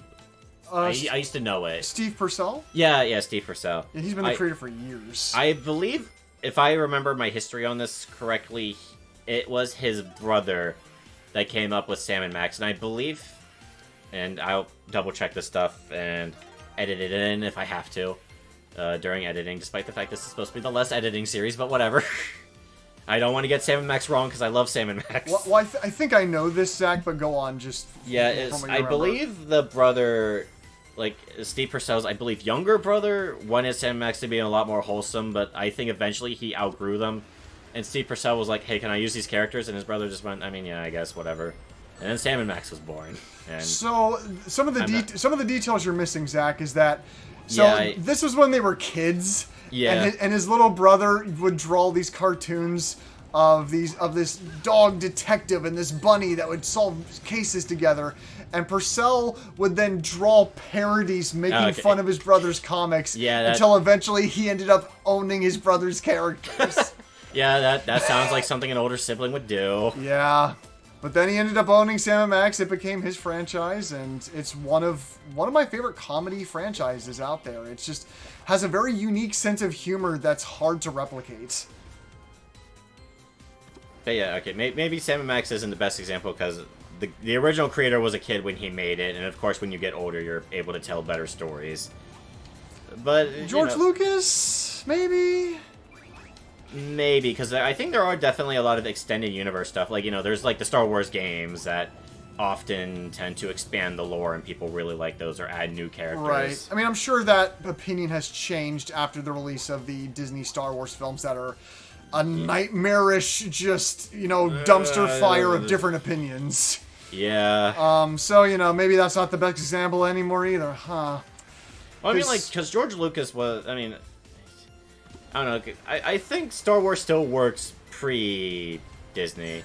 Because there were definitely people who were able to take Star Wars, like, there's Star Wars The Clone Wars, which is based on the prequels, and a lot of people are like, usually what I hear about the prequels nowadays is the story is good, but the dialogue is utter shit. Right. Like, because they're like, it's not like these couldn't be good movies, it's just George Lucas didn't know how to write human beings. Yes. Or anything at all. Yeah, the idea was good, the creator's execution was never really all that good. Yeah, I think it was, like, actually other people who would come in to help with Star Wars that ended up fixing it, rather than George Lucas himself. Yep. Well, look for the Plinkett reviews for more information, Yeah. I guess. I mean, if was that...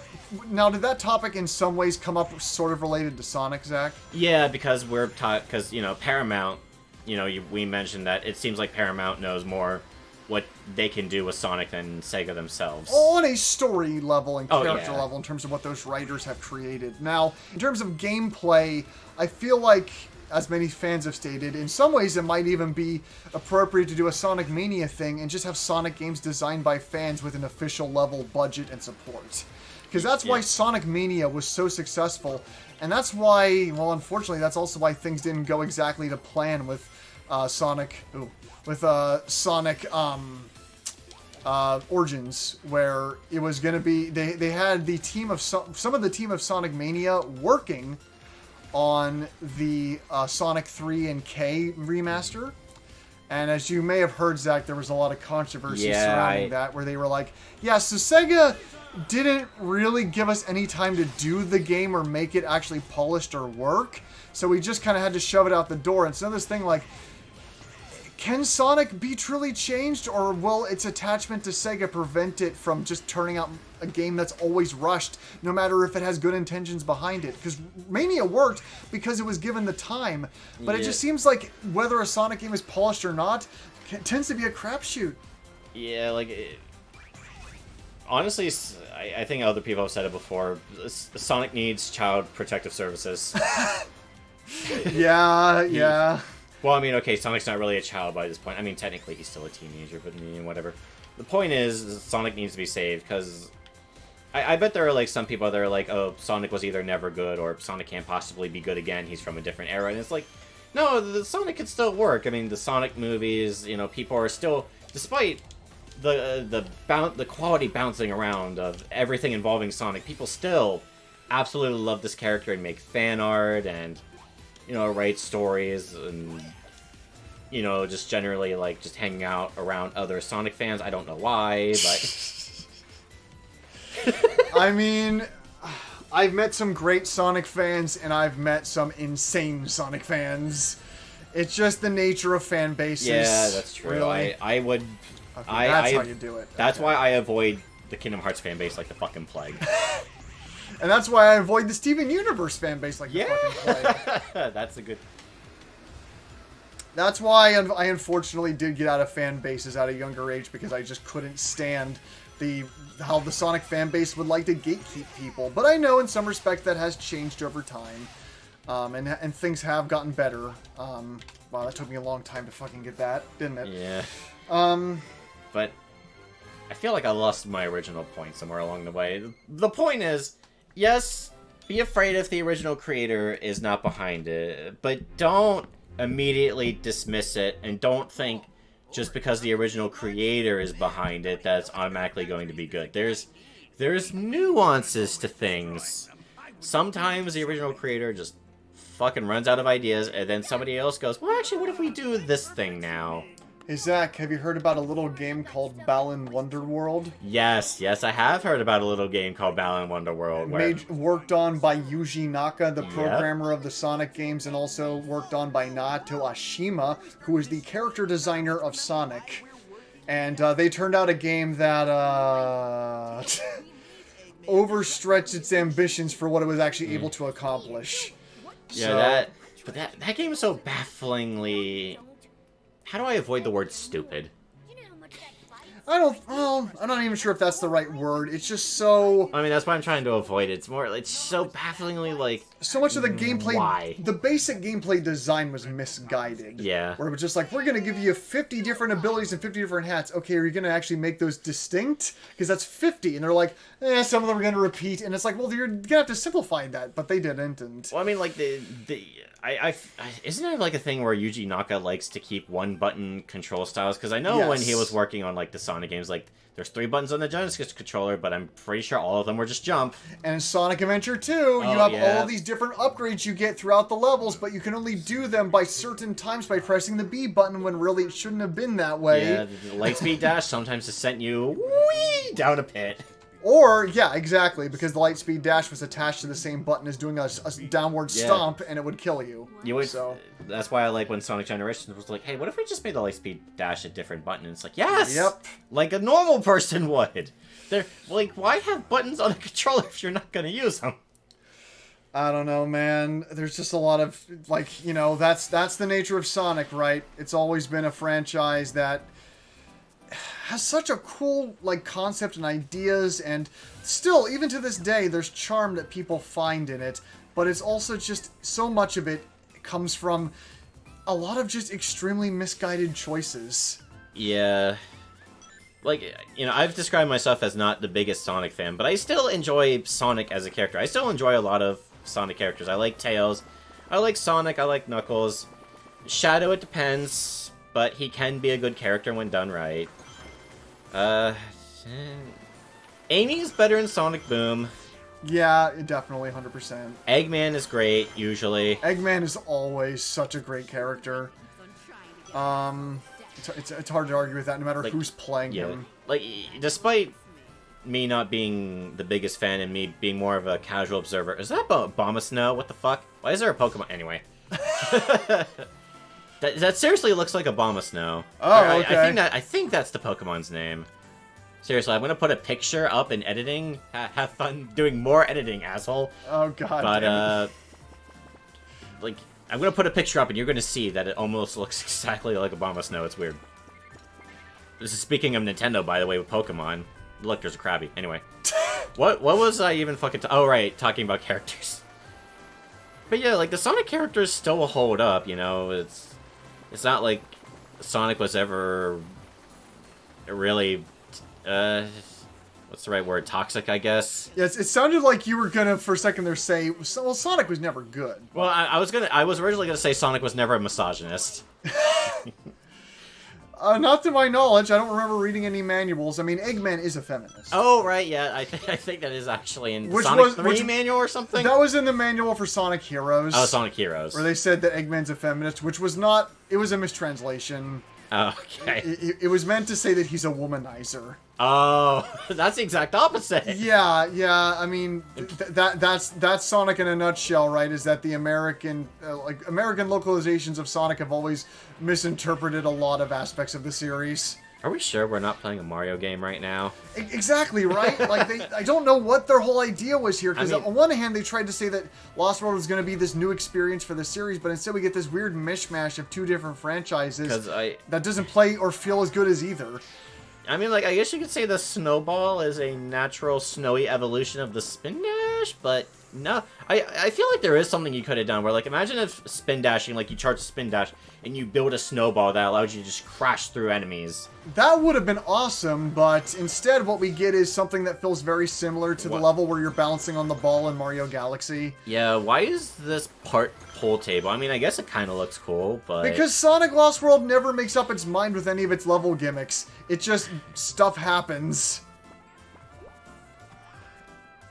All right, yep, there we go. I got to bounce those guys off, because sometimes they do push me off. Yeah, honestly, speaking of those carnival levels from 3D World, that's all I get from this. I mean, I know the carnival levels didn't have weird pool tables for no reason. And I know they weren't really all that snowy, but for some reason, like, the lights in the background just make me think of it. Yeah, and, I mean, this is just, like, the thing, right? Like, these are just, like, random mashed level gimmicks, which would get even worse in Forces, where they're just, like, there's a forest, but there's, like, a casino in the middle of it. And it's just, they were just, like, mishmashing Sonic level gimmicks in a way that just didn't feel natural, which is weird, because you look at Sonic Keller's Aquarium Park, and Planet Wisp, and, you know, Sweet Mountain, which... art design-wise, is so much more inspired than the sweet level in this game. Yeah, like... Also, this is why I was like, we probably shouldn't do Sonic Forces, because anytime Sonic's involved, there's always too much to talk about. Yeah, because I'm the big Sonic fan, and I have a lot of opinions about the series, so there's always a lot to go over. So yes, now we have to fight the woman. Now it's time to be a misogynist. Yep. I forget what her actual name is. Although, like, it says Eggman is a womanizer, but is there ever a time where... I mean, maybe the Sonic OVA? Maybe. But, like, that's the only time I can really think of Sonic being, like... Like, imagine if in this level... I'm completely switching topics, but that's what I love to do. Imagine in this level we use my idea of, like, you had to, like, spin dash to form the snowball, and then you crash it through the snowman. I'm not saying it would be, like, the most best gimmick. Most best. But it would be something that made it still feel Sonic-esque, you know, instead of just being in a snowball the entire time. Yeah, which of course, as you might expect, it controls kind of tanky, and it's very weighty, and once you go in one direction, you're going in that direction. I'm just trying to crash through the snowman that she's in. There we go. Think she only takes 2 hits? Nope, okay, there's one more. Not only do I think of Mario Galaxy, I think of, like, that one specific Yoshi's Island boss. Yeah. The one where you had to shove a wooden pole up its ass. Oh, okay, no, I didn't actually see that one. I never really got that far in Yoshi's Island.